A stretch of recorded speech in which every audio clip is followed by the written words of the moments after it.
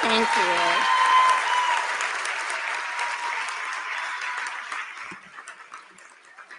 Thank you. Good evening. This year has been an incredible year of gaining new perspectives, learning innovative techniques, and sharing my educational passions. And none of this would have happened without Governor Rick Scott, First Lady Ann Scott, Commissioner Pam Stewart, and Chancellor Herschel Lyons, and really the whole Florida Department of Education. And I just want to say a special thank you to Kelly Zunkowitz. She's been my keeper, my mentor, my friend.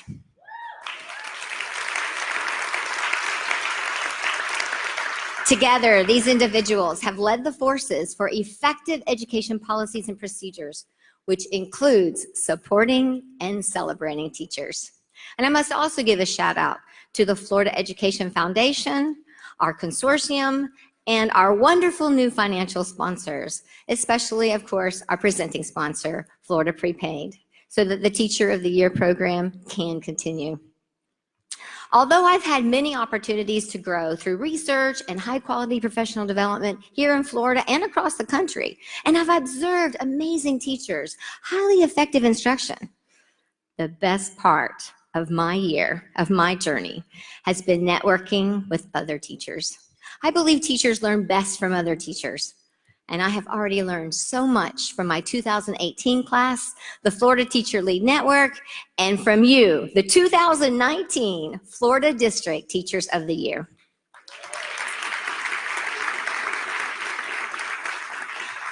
I have expanded my knowledge of Genius Hour from Tammy Chabot. I have been inspired by Beth Rosenau's work with the Coral Restoration Foundation. And I have learned a whole new approach to creating a hook for a lesson from Patrick Farley, and new ways to include social emotional learning from Molly Winters Diallo. This year has been such a joy, and I have loved hearing the good news about education in Florida. And if you followed me, you know that I began each week with Good News Monday, where I shared some of the great things happening in our state. Educators and community members have come to me and told me how much they appreciated hearing this good news. They loved hearing that we're the #1 in national ranking. We own that on the higher education, our amazing results on the nation's report card, our improving FSA scores, and of course, one of my favorites, the 14-year high 82.3% graduation rate, and really so much more. It was never a problem finding good news to tell you about Florida education. And I am so proud and pleased and excited about this good news. But on the other hand, what about the 17.7% of our students who did not graduate? That scares me. That's over 35,000 students just this past year. There are very knowledgeable and passionate people in this audience. What can we do together? What can we do to ensure that every student walks across that graduation stage? Well, I believe I have 2 ideas that can at least be part of the solution. And to illustrate those ideas, I'd like to tell you about a young man I met at Leesburg High School. He was actually not one of my students. The football coach called and said, "Hey, I got a kid. He needs some help. Could you tutor him on your Monday evening tutoring sessions?" He went on to, well, he was a football coach, and by the way, he didn't want him to miss football practice. That's why he chose that Monday evening tutoring session. But he told me that this student named Anthony had athletic potential to earn a football scholarship, but that he was behind in his credits, and he was having to take geometry and algebra 2 as a senior. Well, I of course agreed, and he became a regular on Monday nights. Now, as fall continued, you know, it gets dark earlier in the fall, my husband decided he wasn't that comfortable with me going and coming in the dark, so he decided he'd just tag along. Well, my husband didn't really like mathematics in high school or college, but he actually remembered some geometry and algebra, and he began to help some of my students too. So Monday evening tutoring became a project for both of us. Well, one evening we left and we noticed Anthony was walking. Well, I couldn't help myself. I rolled the car window down and I said, "Anthony, would you like a ride?" He said, "Oh, yes, please." So he jumps in the car and we take him home. Well, we find out that he really doesn't have transportation, so that became the norm. We just drive him home on our way home every Monday evening. Well, on one of those evenings, we were going home, and Anthony shared with us that the guidance counselor had called him in that day and said, Anthony, you've got to pass all your classes, and you've got to do pretty well. And you're going to have to take economics online, or you're not going to graduate on time. Well, he's telling us the story, and we could hear the anxiety in his voice. My husband and I came and gave each other the eye, and we were listening. Then he went on to tell us he did not have computer access or internet access at his home. Now, I hate to admit this to you, but it was my husband that stepped up first and volunteered to help Anthony. He said, Anthony, you find out about that class, and we'll work on that Monday night after math tutoring in Miss Durkin's classroom. Well, that was the plan, but we found out economics is hard. There was no way we were going to get through that course just on an hour after math tutoring on Mondays. So it became a regular event for me to pick him up after practice, bring him home to have dinner with my family. Then, of course, we had to get that math homework done first. And then he would work on our computer on his economics online course. The end of this part of the story is that Anthony graduated on time.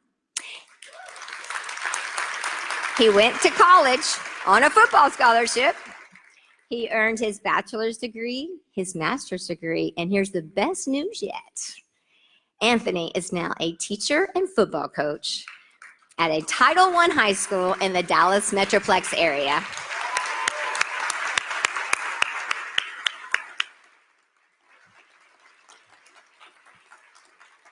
Two actions impacted Anthony's achievement. And I believe these two actions can help other students as well. First, teachers, I need you to teach your students about growth mindset. Anthony did okay in geometry with a little bit of support, but ooh, he struggled in Algebra 2. He simply did not believe he could learn this material. He had a fixed mindset about his math abilities. I kept encouraging him to believe in himself. There was a disconnect. He just wouldn't do it. Until one night, one evening, we're sitting at the kitchen table working on that math homework, and I had to brag on him because the night before he had helped us win the basketball game because he had made so many free throw shots. So I'm telling him, oh, Anthony, you helped us win the game. I'm so excited. Of course, he's just grinning, so proud of himself. And then I just looked at him. I said, Anthony, how did you get so good at making those free throw shots? He didn't know I had just pulled him in. He said, oh, Miss Durkins, we practice that every day. I looked at him and I said, guess what? You practice Algebra 2 every day. You can be just as good at math as you are making those free throw shots. Do you know that didn't make him happy? Not a bit. He looked at me and he said, Miss Durkins, do you really think that I can learn all this? You know I don't get it. And I responded, of course you can. With a little bit of work and perseverance, you can learn not only Algebra 2, but any class at this school or any class in college. Well, I actually noticed a difference in him after that night. So when I was preparing for this talk, I thought I should ask Anthony if he remembered our conversation. Well, he did. He told me that night, he suddenly thought, I can do this.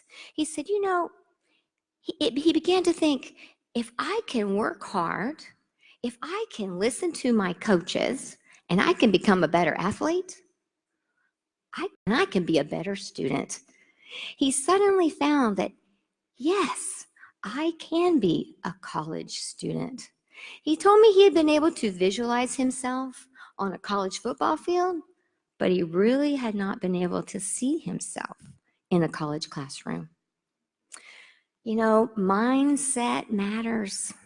Research, particularly that of Carol Dweck, shows that even IQs can be increased, but it takes the first step of believing that you can learn. Teachers, we need to help our students believe in themselves, recognize their potential, and visualize their futures. Second, some of our students need mentors. Both of Anthony's parents had passed away when he was young. He had moved to grandma's house, to aunt's house, to cousin's house in South Florida before coming to Leesburg and Leesburg High School at the end of his junior year to live with his stepbrother and family. During his time in school, he had had very little academic support from home, and to be perfectly honest, not a lot of academic or personal support. He just needed a mentor. He needed someone to guide him and help him. You know, we can all do that. Every single one of us in this room can mentor a student. And we don't all have to do it the same way. You might be like the football coach. He did not have time to tutor Anthony, and maybe he wasn't even comfortable with the material. But you know what? He knew somebody that could help, and he simply asked. You might be like the guidance counselor that called him in. You know, you might see a problem with a student with scheduling, with an academic gap, and you take the time to warn the student ahead of time and give that student some options and help them make it work out before it's too late. You might be like my husband. He wasn't a teacher of mathematics or economics, but he found himself recognizing potential and a nice young man, and he was willing to share some time with him.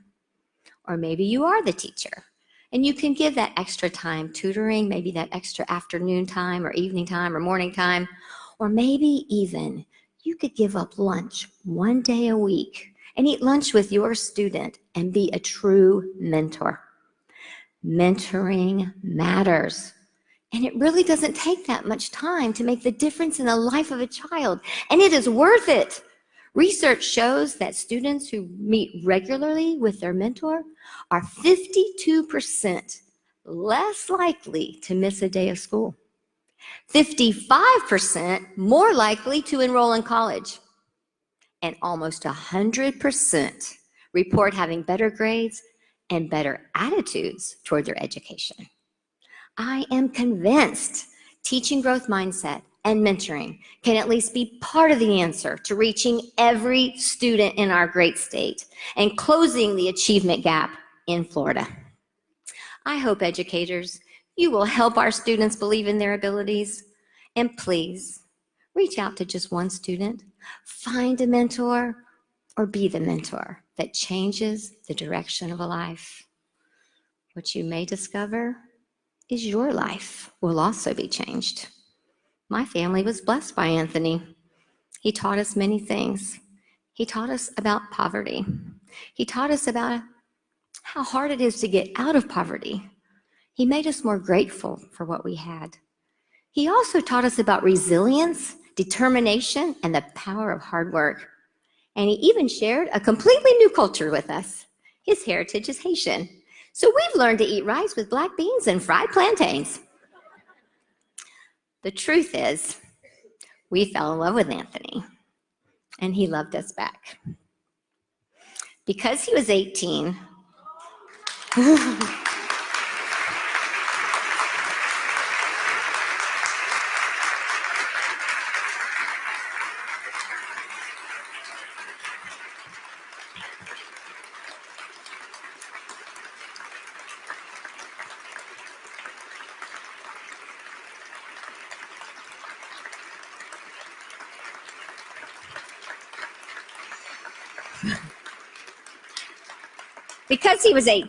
we didn't formally adopt Anthony, but this is my boy here. This is my son, Anthony.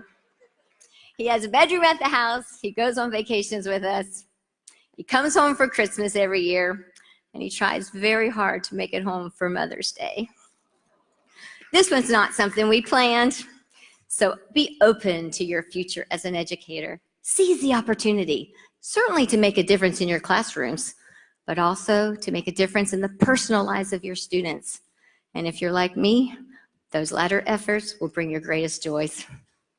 Thank you.